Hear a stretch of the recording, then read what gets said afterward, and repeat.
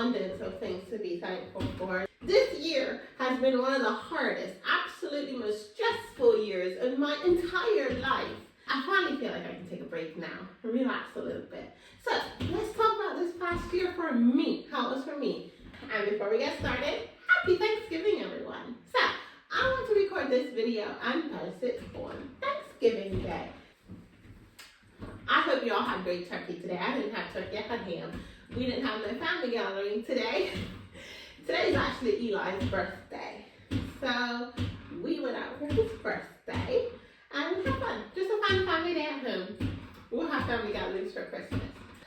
But let's rewind a whole year back in my life.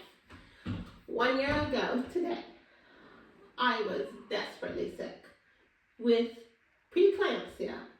I had high blood pressure, I was vomiting, I was in bed most of the time. I was trying to take care of 2 little toddlers, and my husband was working. I was at home by myself, and I could hardly wiggle without my blood pressure spiking, which when you're a mom of 2 toddlers, you gotta move. So my blood pressure spiked. I was in and out of the hospital. I was being monitored by my doctors and nurses. I was just a sick lady anyway.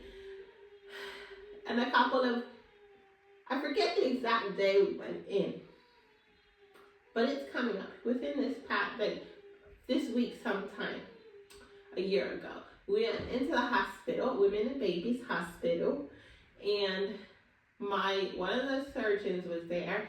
He was like, "You cannot have your surgery. I do not want to operate on you. Just take care. I'm sending you home." And they didn't put me on any medicine or anything. I don't know if you can go on medicine for preeclampsia. They did not stick me on any medicine. I didn't really like that surgeon. He just seemed to want me out of his hair. I went in a few days later. My blood pressure was like 156 over 94. I had just got up and walked outside a little bit. Anyway, I went in. I called them. They said I had to come in. My husband wasn't home. He was at work.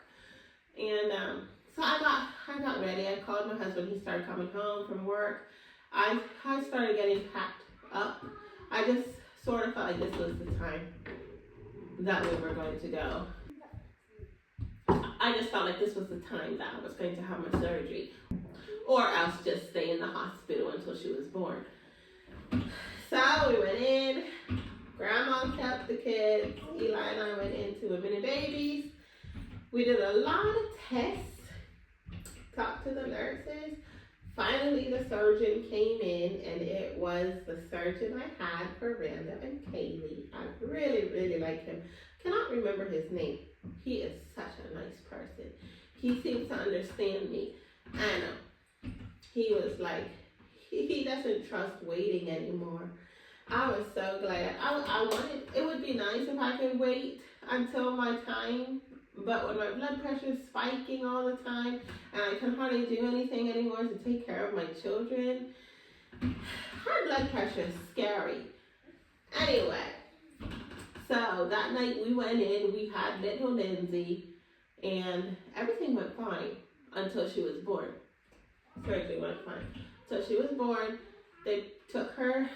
I was still on the operating table. I remember she was over here on this side of me, over on the far wall, but I could hear her crying. She sounded okay to me, but the nurse kept telling Eli and I that she's not breathing quite right. She's breathing a little too fast, I think it was.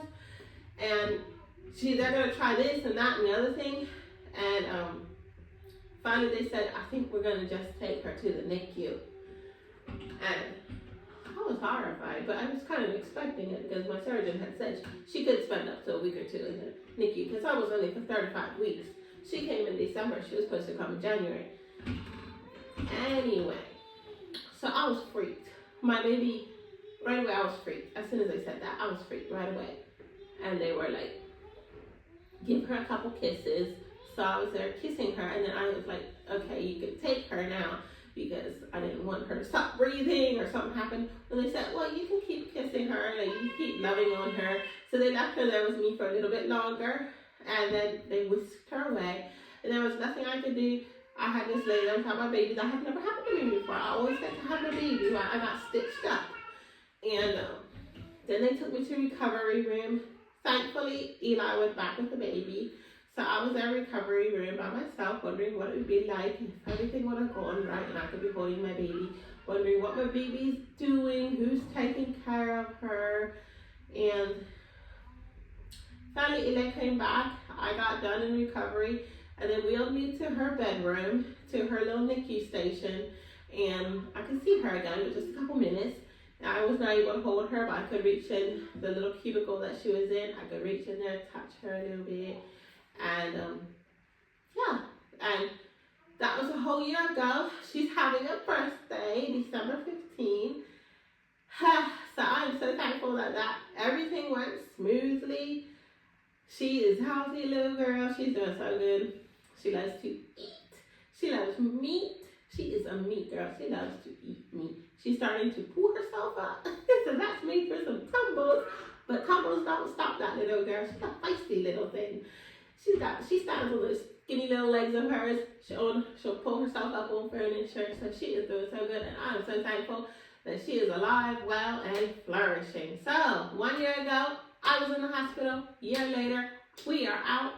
I am out with my baby. My baby is so precious to me. And I'm so thankful that she's well.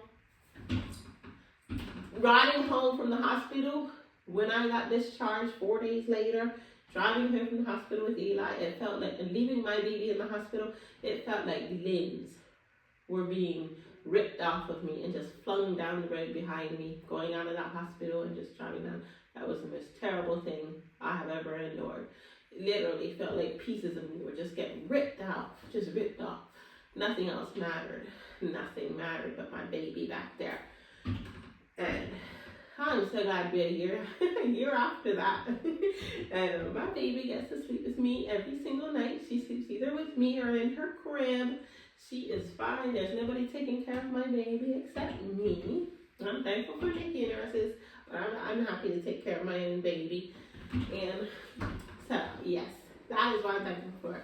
Fast forward, a few weeks later, after coming home from the hospital, we lost our house because we did not pay our gas bill on time. And the reason we did not pay our gas bill on time was because we had got to write money out, and we didn't have, I don't know what it's called, something with our debit card. You can only take out so much out of the bank. And we had to wait till the next day to get the rest out for gas. We got evicted because we didn't pay the gas bill. We had to pay the what's it called? The rent. We couldn't get to pay the gas until the next day. Well, that wasn't good enough. So we were homeless in 5 days. We had to leave. We were evicted in 5 days. We had lived there for 4.5 years. We had lived there. And we never had any warnings, nothing like that. Our rent had gone up, and we were good. We thought we were good with the landlord. We didn't have quarrels or disturbances with the landlord.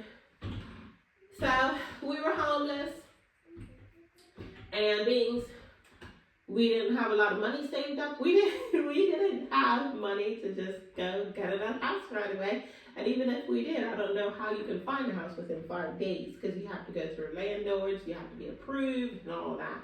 And it's just a long process. So we ended up throwing so much of our stuff away because we just didn't have the time to gather everything up. And yeah, we had friends and family. Eli's family helped us move into the barn. Eli's parents have a barn where since they are Amish, they have like a pretty nice barn that they have church in, because the Amish people have churches in their barns. And so their barns are usually pretty nice. Not like a house, but nice. There's a wood stove in there, and we could go into the house for the stove, for the bathroom, all that. Actually, there was a stove and running water out there, but for the bathroom, for showers, anything like that, we went into the house. Other than that, we were okay in the barn. So that was now 1 year later, almost a year later, we have this beautiful I like to call it our mansion. It's not a mansion, but to us it's a mansion. Our other house was 2 bedrooms. This house is 6 bedrooms. Our other house had only 1 bathroom. This house has 3 bathrooms. So almost a year later, God has blessed us with a mansion. It really is a mansion. So I'm thankful for this beautiful place to call home. We have the best landlord in all of the world. He is so easy to get along with. He's a young Amish boy that bought this house, and he's actually dating. So I was scared that we were gonna have to move out next summer because he's getting married in the spring. But he told me we could live here for 3 to 5 years, maybe. I wonder, because he has another place he's gonna be living. Anyway, so 3 to 5 years we can call this place home, and we lived at the other house for 4.5 years, and that seemed like a pretty long time. So that gives us an idea. 5 years is a lot longer time to get ready to move, to find a permanent house, more permanent house than 5 days. So that's really nice too. And we had the best neighbors. Our neighbors, some of them have come and given us dishes of food. They're Amish people. They're so easy to get along with. And people walk up and down this road. I still like the woods better than, like, this is more closer to town and stuff. So you don't have as many trees, not as many creeks and rivers around. But still, the neighborhood is so much more my style, more bustling, but we lived in the woods for so long. I'm eager to get back to the woods, but for now, this is a nice, we love it here for now. So, and then once we had stayed at Eli's parents' barn for a couple of weeks, it started warming up, and they needed to have church in their barn, so we had to get out of their barn. So what we did, we lived in a tent for part of the spring. We lived in a tent, and that was fun. I was actually my idea to live in a tent, but it got to the point where we were getting too hot in the tent. When it was cold, we could put heaters in the tent and it was okay. But once it got too hot, I guess we could have gotten the air conditioning. But by then we had already had a house in mind where we were going to stay for the summer, and we just decided not to spend the money for air conditioning. We were actually on a trip when we found out we had a place to stay for the summer at least. So yeah, we moved into that house for the summer. We lived there for the rest of the summer, kept searching for places to move. And this whole summer has just been a roller coaster because we searched so many houses, talked to so many landlords. And there were even times I was like, we never heard back from a single one of those landlords. And there were even times like, I started wondering, like, is our old landlord giving them bad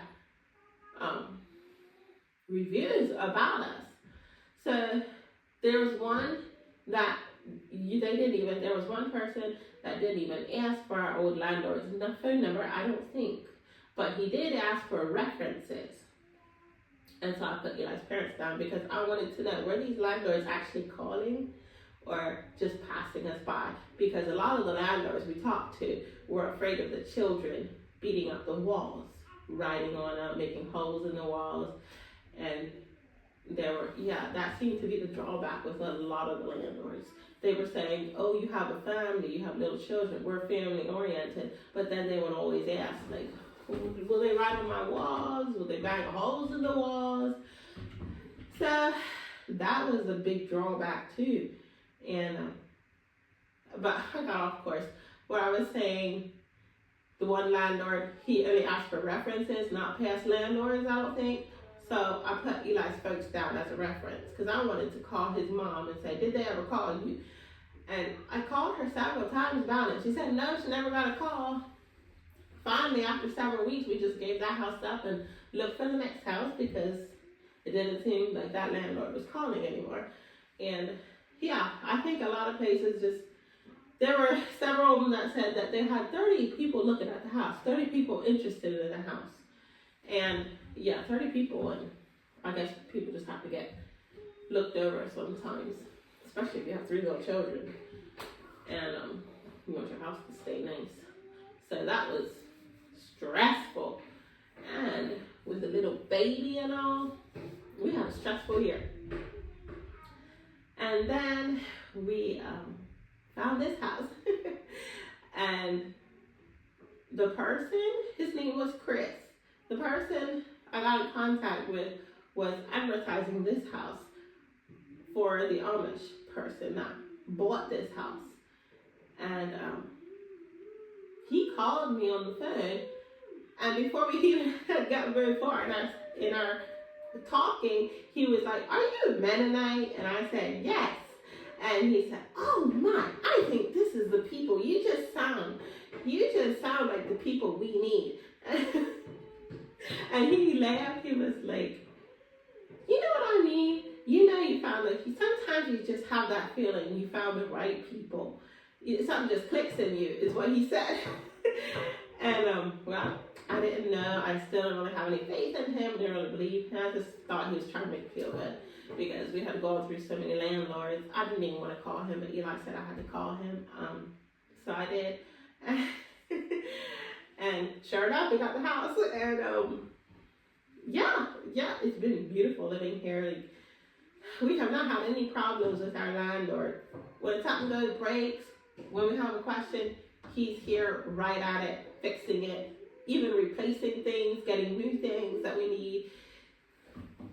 So far, we don't have anything to complain about. I hope he doesn't have anything to complain about us either. So it's been good all along. And after this hard year, stressful year, I just have so much to be thankful for. So I wanted to come on here and I have y'all to be thankful for too. I want to thank you each for watching my YouTube videos. That has made my heart so happy. Every day, every single day, I check my videos. Have I gone viral yet? Have I gone viral yet? And then I have to remind myself, it's not about going viral, Joanna. It's about encouraging people, being a light to people. And yeah, that's what I'm here for. I'm so glad you're with me. And I'm excited for the new year. Maybe a year from now I can come back and say something else that we've been blessed with. I'm sure I can. So I hope you all had a great Thanksgiving. I think I'm going to go soak in the tub. Yeah, we were out today. It was so cold today. And I'm so excited to get in that tub. That is one thing about the house we had this past summer. I did not soak in the tub once. The children took like 2 baths. Other than that, they took showers because we had roommates. And I was never going to soak in there with roommates, other people being in that tub. I don't care if you wash it or not. But now I can soak in the tub whenever I want. And being it's Eli's here tonight, I don't even have to worry about what the kids are doing because he's gonna be taking care of them. So good night, everyone. Thank you for staying and listening to my rambling. But yeah, I hope you all had a great Thanksgiving.